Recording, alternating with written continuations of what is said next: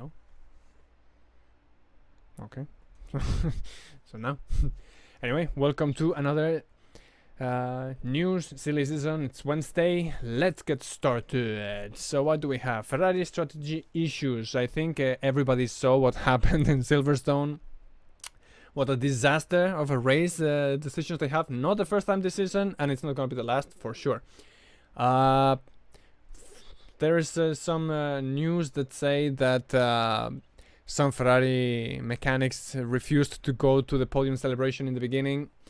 Well, it was kind of true at the beginning, but apparently in the end, out of respect or by team orders from Binotto, they went to the podium. However, they're not doing the double pit stop when Sainz was like 4.6 4.2. Yeah, here it is. 4.2 seconds behind, and Hamilton was more than 2 seconds behind of Sainz. Sainz could have just backed a little bit, and they could have done the pit stop perfectly, taking into consideration that a normal pit stop takes like around 3 seconds if you make it in a decent time. So there was more than enough time to make the double pit stop. Why Ferrari didn't do it, we don't know. Why they are sacrificing Leclerc again, and they're giving the things to Sainz, I don't know. They say that the first guy stays on track and the other one. Anyway, Sainz also disobeyed the order. Ferrari now states that Sainz did the correct thing, disobeying and blah blah blah.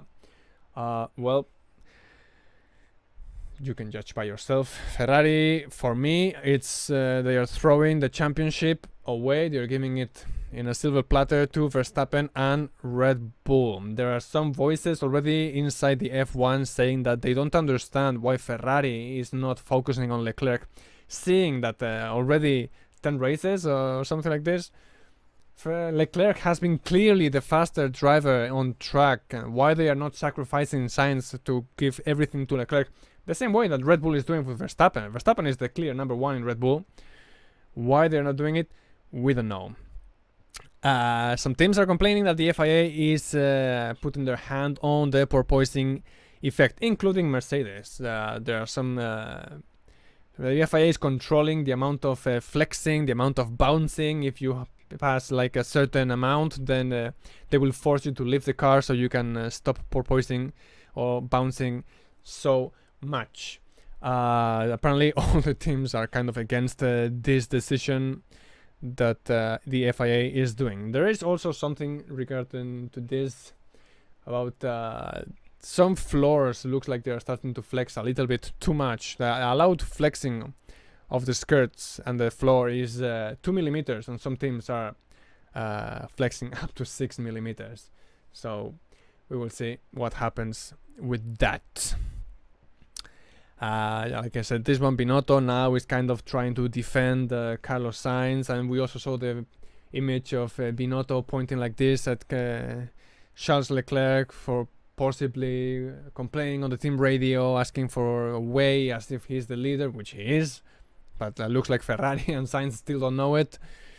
So yeah, the thing that happened, I think everybody saw it, is that after the safety car, Sainz was asked to back up 10 cars from Leclerc, which is the allowed space in the safety car to have a distance between cars and cars, and Sainz disobeyed and attacked Leclerc in the first corner he could and overtook and threw Leclerc to the lions. The idea was that him with the soft tires could defend better the position with the ones coming from behind, and him with the hard tire would have to have like 2 or 3 laps to try to get them on temperature, working temperature, and then run away. However, what they said now is that the soft tire went longer than they expected, and the hard tire was not as fast as they expected. So more news about the Ferrari disaster.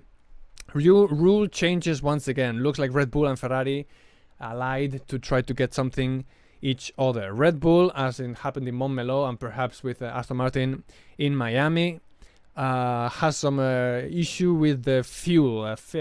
Red Bull has some issue with the overheating of the car, and now looks like they will not have it anymore. They reached to an agreement with the FIA so that the fuel before the race can be cooled down up to or down to 20 degrees Celsius, regardless of the temperature. Before, you had to do it according to the, like, I think it was like 10 degrees below the environmental temperature. You could cool it down to that. Now it's only 20 degrees. So whichever the temperature, it doesn't matter. So Red Bull gets benefited from that. They are having some issues with the ethanol in the fuel as well. So it looks like they are vaporizing. So no issues there. What does Ferrari get from there? Ferrari in the beginning was opposing to this, but then they also wanted something in exchange. What does the FIA agreed to is that Ferrari is going to get the thing that they wanted was to change the power units from qualifying to the race. So now these two things are gonna be allowed. So now Mercedes, we saw that they brought some new upgrades to the Silverstone Grand Prix, and apparently they will keep bringing upgrades until the Hungarian Grand Prix, which is kind of like the middle of the season. According to them, if everything works fine in the car, they are expecting to be in the front and perhaps getting 1 or 2 victories for the second half of the season, not just now. They are not expecting to be okay in every single racetrack. Looks like the car is kind of difficult to understand, to set up.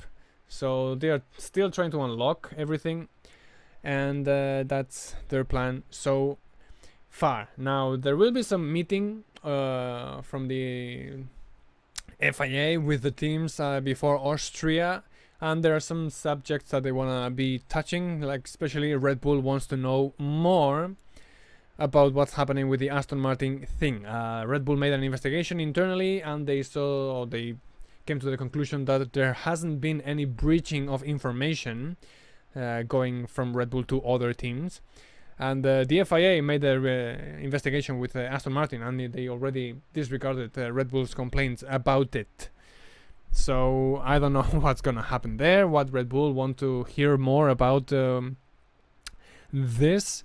So we will see what's gonna happen. And in the other thing that they wanna see is the cost cap. Christian Horner, which is the main person who is complaining about the cost cap, is expecting the FIA to bring some proposals regarding the inflation that there is right now in Europe and some parts of the rest of the world that are making it kind of difficult to keep the budget in the target of 140 million.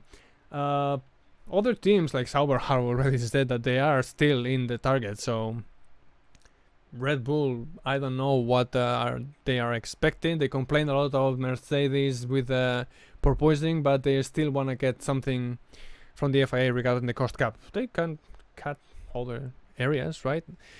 But anyway, this is going to be one of the main topics. The FIA should be bringing a proposal for the teams regarding the cost cap, and let's see what it is, if it's going to be enough for Red Bull or what's going to happen. And the flexi floors, which I said before, some cars are flexing too much. So silly season, what are we expected from the silly season? Silly season. These are it was not very smart putting this in blue. I will change that for the next video. Anyway, these are the contracts for most of the drivers. So what's gonna happen after this? Well, looks like most of the drivers are gonna be staying at their current teams right now. The biggest thing left to be revealed, right, is Sebastian Vettel. Is he gonna stay in Aston Martin for another year, another 2 years, or is he gonna retire from F1? Aston Martin wants Sebastian to continue in the team. Looks like his experience and developing the car and everything, he is quite needed, since Stroll still too young and not as good as a 4 times world champion like Sebastian Vettel. However, the main sponsor from Aston Martin, which is Aramco, it doesn't look like he's very happy with Vettel's late or this season comments and attitude towards oil-free, against oil companies and these kind of things. So we will see what's going to happen, and if he actually leaves, who are the possible people who will go there? Well, we spoke about Mick Schumacher before. I think Mick Schumacher might not be a good option because he's negotiating with Haas. So Nico Hülkenberg could be perhaps the best option for them. What would be the other thing to talk about? Fernando Alonso looks like will be staying with Alpine for another 2 years. He is willing to stay there. He looks like he's kind of happier with the development of the car.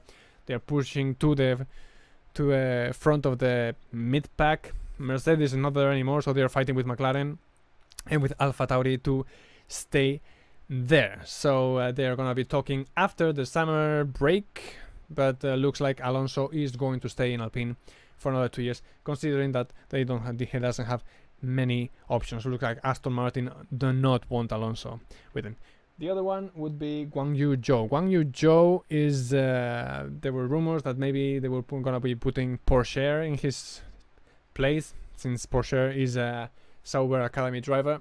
But looks like they are happy with his performances in the team, with his attitude. Doesn't make many mistakes other than the accidents and stuff. Not accidents, sorry, retirements that he had due to reasons that are not for him. So if he doesn't change this, looks like he's gonna be staying in Alfa Romeo for another season. And Mick Schumacher, we already said, Gunther Steiner already criticized him a lot, put pressure and everything, but after scoring the first points, looks like they already started to negotiate and see if they can continue being there and also have the support from Ferrari. That's what's happening, more or less. We know the rest. Williams, Piastri is gonna be there if Alonso stays. Latifi is gonna go out at the end of the season, if not sooner, and the other car looks like Albon is gonna be staying in Williams. The rest of the grid looks it's kind of gonna be staying the same. Tsunoda is not confirmed yet, but he's gonna stay in AlphaTauri. So Ricciardo, I don't think he's gonna leave McLaren either, even though he has some poor performances again in Silverstone, for example, where he didn't have the pace that Lando Norris did. So things are staying like this. We have a race in Austria this weekend. Stay tuned and see you on Friday.